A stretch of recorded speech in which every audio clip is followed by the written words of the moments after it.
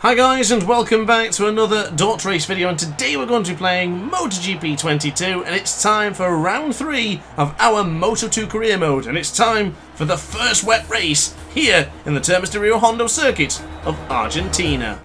So guys, starting from pole position in a qualifying which we dominated, we're going to wait for the lights, and away we go. We're going to try and use power setting 3 for as much as I possibly can, but I don't know the wet conditions.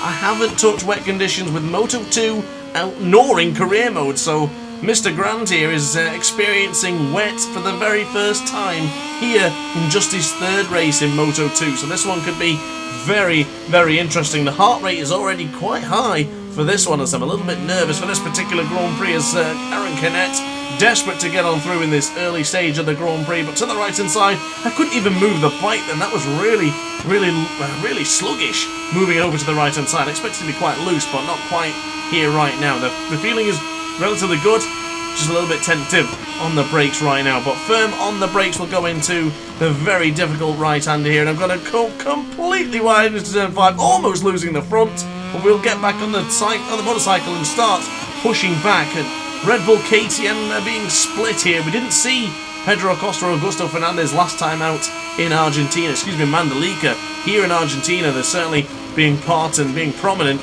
for this early stage of the Grand Prix, but we didn't see pretty much anything of them in Mandalika. They didn't even feature in the practice or qualifying. Really tough weekend for both men on board the Red Bull KTM.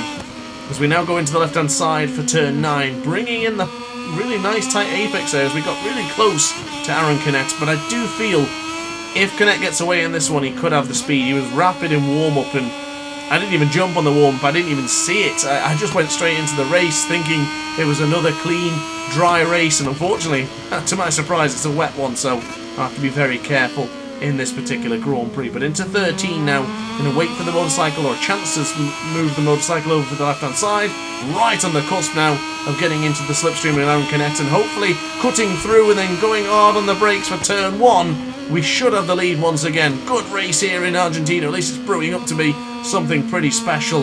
Oh, getting stuck on the rumble strip there. Oh, I thought that was it. I hesitated then. Getting caught on the rumble strip there was an absolute death sentence, but thankfully we did stay on board the motorcycle, and we did actually use Aaron Canet as a bit of a buffer to keep us up, so thanks Canet, I guess I owe you one. So the right hand side now for 3. 105 is the beats per minute for my heart rate right now, so not too bad, but I do get rather intense, as you know, so it's going to probably rocket if things get a bit hectic in the next 4 laps, so you have to be very careful. Actually 5 laps in this Grand Prix remaining as of yet. But into the right hand side into turn 5, where it called us out earlier, we're alright. We're not too bad. We're going into the 5th corner, which seems to be quite okay. No Rossi versus Marquez particular battle going to occur into that particular corner here today, but into turn 6, gentle on the acceleration. I've just dropped it down to power setting 2 now, because I do fear that I don't want to use too much power setting 3, and also we're producing a lot of power for the rear tyre. We don't want to be spinning the rear up rapidly trying to get away from Aaron Canet, so we're going to have to see how this one goes. But for now, it's a battle of the teammates. Aaron Canet there, he's up into the top 6 with his teammate Jorge Navarro. Acosta and Augusto Fernandez are up in the top 4 as well, between 3rd and 5th position, 4th position, as Iagora, Grant and Schrotter are the missing odd ones out there. But unfortunately Aaron Canet has now got right on the rear once again. Hard on the brakes will go for turn 12 now, and hopefully Aaron Canet will yield and not try something audacious into 13, and we must try our best not to have a Fermin Aldeguer moment from this season after bumping with Celestino Vietti. But across the line, we were very briefly the fastest man on track, but not for long, as now Kenneth Kuno is the fastest man on circuit. He was 9/10 of a second quicker than what we were. Power setting 2 is probably not going to cut it. We're losing too much time. As you've seen in Qatar, when we dropped it down to power setting 2, it's a nightmare. We have to be really careful in this one, but I don't want too much power going to the rear tyre with power setting 3. Do you see the dilemma we're in? It's going to be a wicked and a wild race, this one. It's going to be, I just feel it. It's going to be crazy.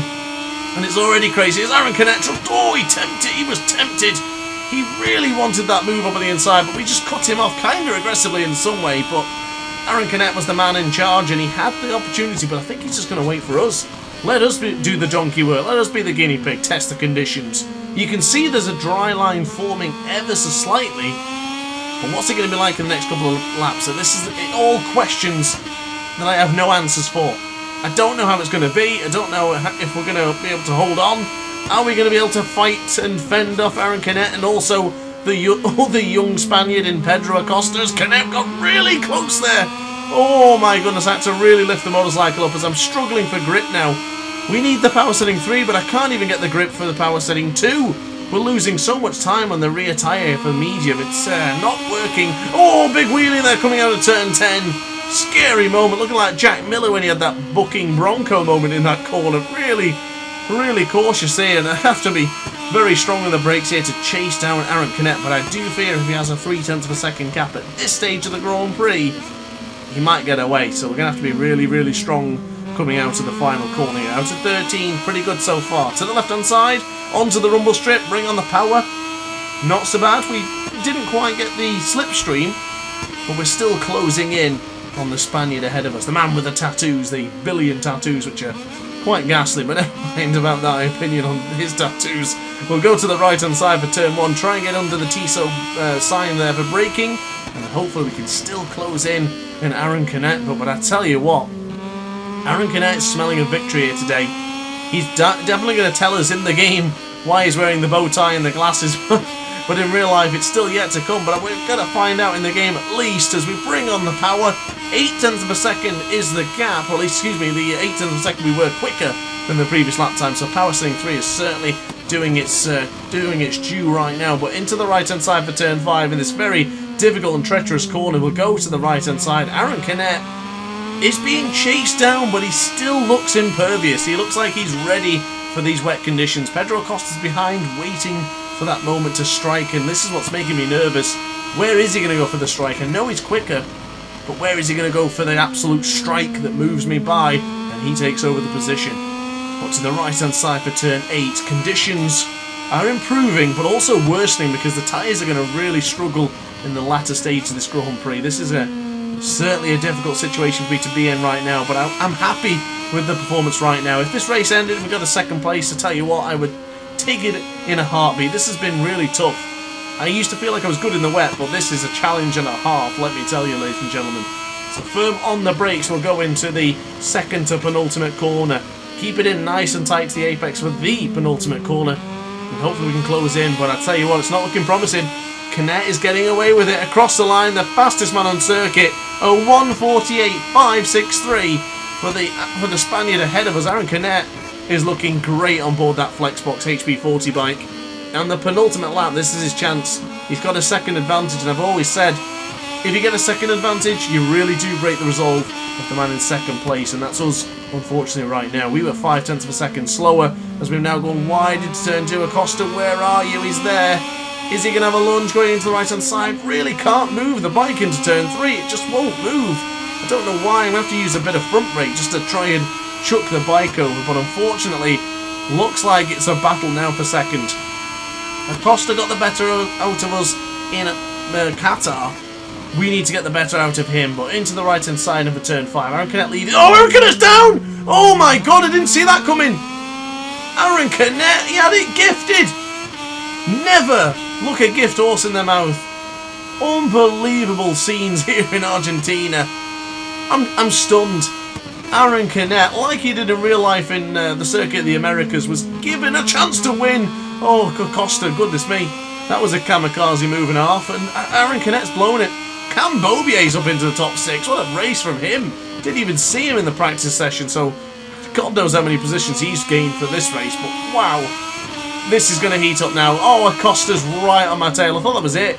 Have we been given a chance to win here? As Acosta's right onto the end, right on the side of the motorcycle with the speed up. As goodness me, he's hanging off that bike even in wet conditions, looking like an absolute pro. As we now go to the right-hand side, keeping it nice and tight. As the track conditions are improving, it's going to get even harder. Dropping it to power setting 2 because the fuel is neck and neck. I need power setting 3 to win this one, but I can't run out of fuel. Think of the championship. I know it's only round 3, but up at the inside. Oh, Costa round the outside. Perfuera style. Looking like Jorge Lorenzo. Jorge Acosta there. As we now go in a battle with Augusto Fernandez. But I'm losing ground. I'm losing a lot of ground here to Acosta. The conditions are just getting tougher and tougher for me.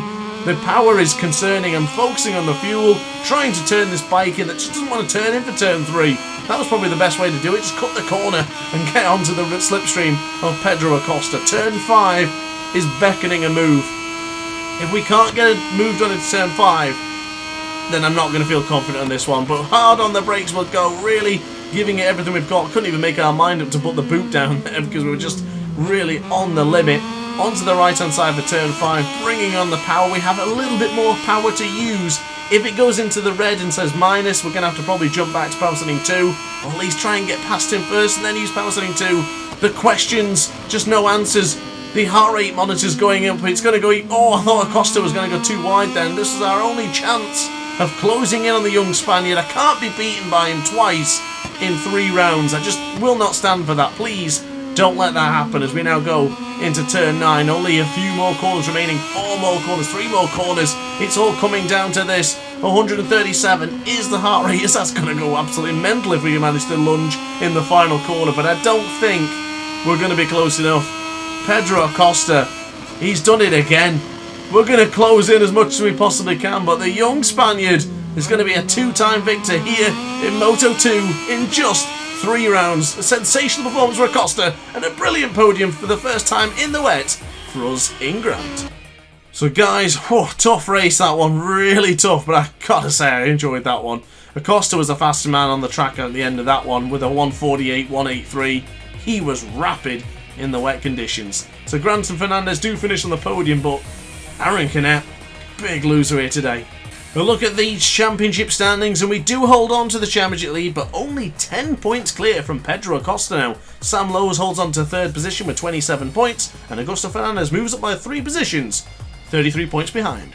A look at the team championship, and Red Bull KTM Io have just responded well. They were bloody nosed in Mandalika, but this time they responded for a 14-point advantage against the MB Conveyor Speed Up team.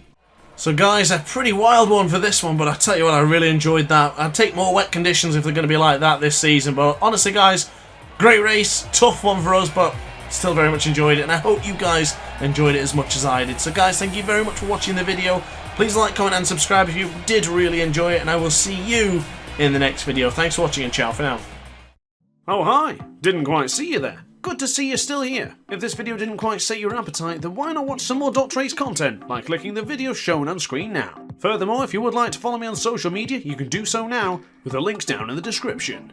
Consider subscribing so you don't miss a single DrAce video.